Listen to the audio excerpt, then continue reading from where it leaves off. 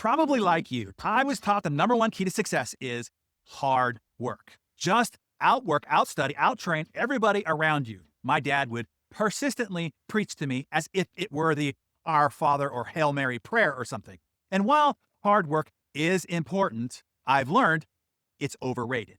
Hard work is not even number one, two, or three important to success. If hard work was number one to success, the cooks who work in the heat of greasy restaurant kitchens, the janitors who clean up after them, the nurses who pull 12-hour back-breaking shifts, the gardeners that I see out there sweating in the hot sun, and so many others, all of them would be driving Bentleys and living in mansions. But they're not. Why? Because hard work is not the number one path to success. Imagine that you're pushing on a door to open it, but it doesn't open. You're standing there pushing, but it won't open.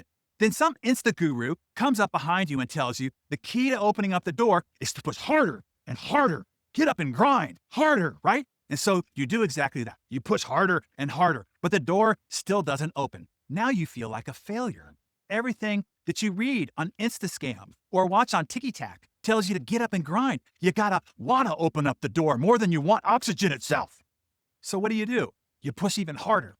Finally, after several minutes, years, or decades of pushing the door as hard as you can, someone, maybe a handsome chap in a cobalt blue shirt, walks up, pulls the door open with ease, and motions you to walk in the building. That is what I aim to do for you here this morning, so that you can stop pushing and enter success with ease. One key hire, that's all you need right now to completely transform your business. In 1997, Apple was at 90 days from bankruptcy. Steve Jobs came back and he did one thing. He didn't overhaul the product. He didn't rebuild the strategy. He found one person, Tim Cook, who wasn't even looking to leave Compaq. Jobs pursued him for months. Apple was worth $349 million the day that Cook started. Over $4 trillion today. One hire right now, you are sitting in the same chair that Steve Jobs sat in. There is one leader in your industry who would multiply your next decade, but you have two problems. One, you don't yet know which seat to fill in your company, and you don't know how to find your one key hire. So that's why I have created the free missing multiplier diagnostic to help you name the seat that they belong in. You can get it below. Here is what is the number one key to success. Are you ready? I'm going to give you what's number one. It's not how hard you work, it's what you choose to work on.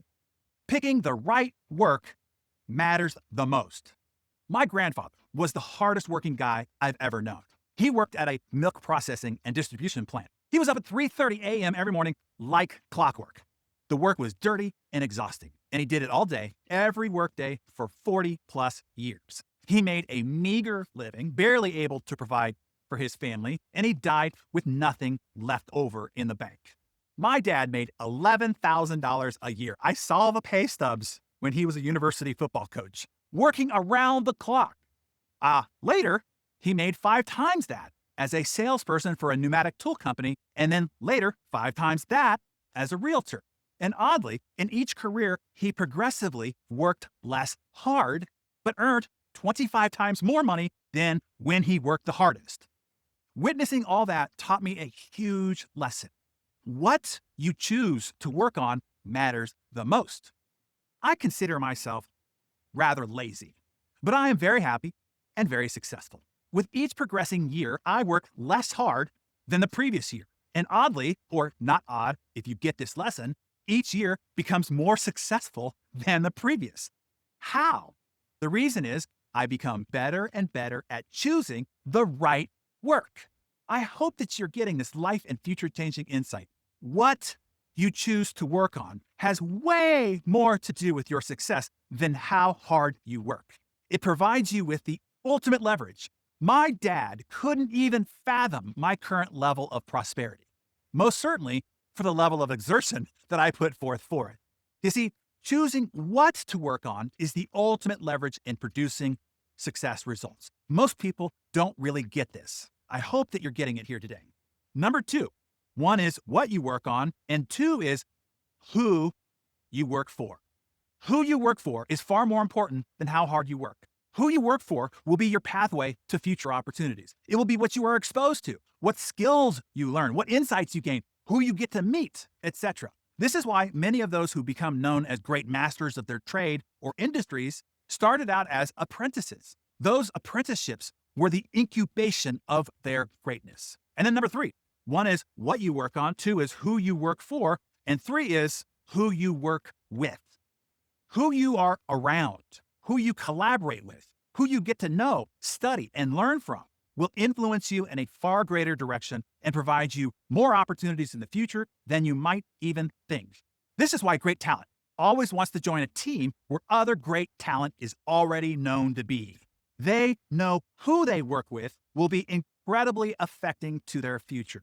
And then finally, after all that, what you work on, who you work for, who you work with, then maybe 4 is how hard you work. So yes, hard work matters, but only after you get 1, 2, and 3 in order. Before we conclude, let me be clear about something here. This doesn't necessarily mean changing what you do professionally, but it probably means making better choices about what you work on within your existing job or profession. It's working smarter, not harder. It's finding your points of leverage. It's finding your 80-20 cost effort of input to outcomes. People are often focused on being efficient when they should be focused on being effective. And if you are self-employed, who you work for is choosing your clients better. The fish you catch depends on where you fish and the bait you put on the hook, the messaging that you use, and the offers that you make. And if you get the wrong kind of fish on your line, throw it back. You don't have to accept every fish who bites your line. And for those who employ others, who you work with not only determines the level of success that you can achieve as an organization, it also dramatically determines your day-to-day sanity. So choose wisely and keep upgrading all along the way. So I hope that this was enlightening and helpful to you, realizing that hard work, though valuable, isn't the primary driver of success. It's time to recalibrate your approach and focus on the more strategic factors, those that will radically accelerate your success propulsion.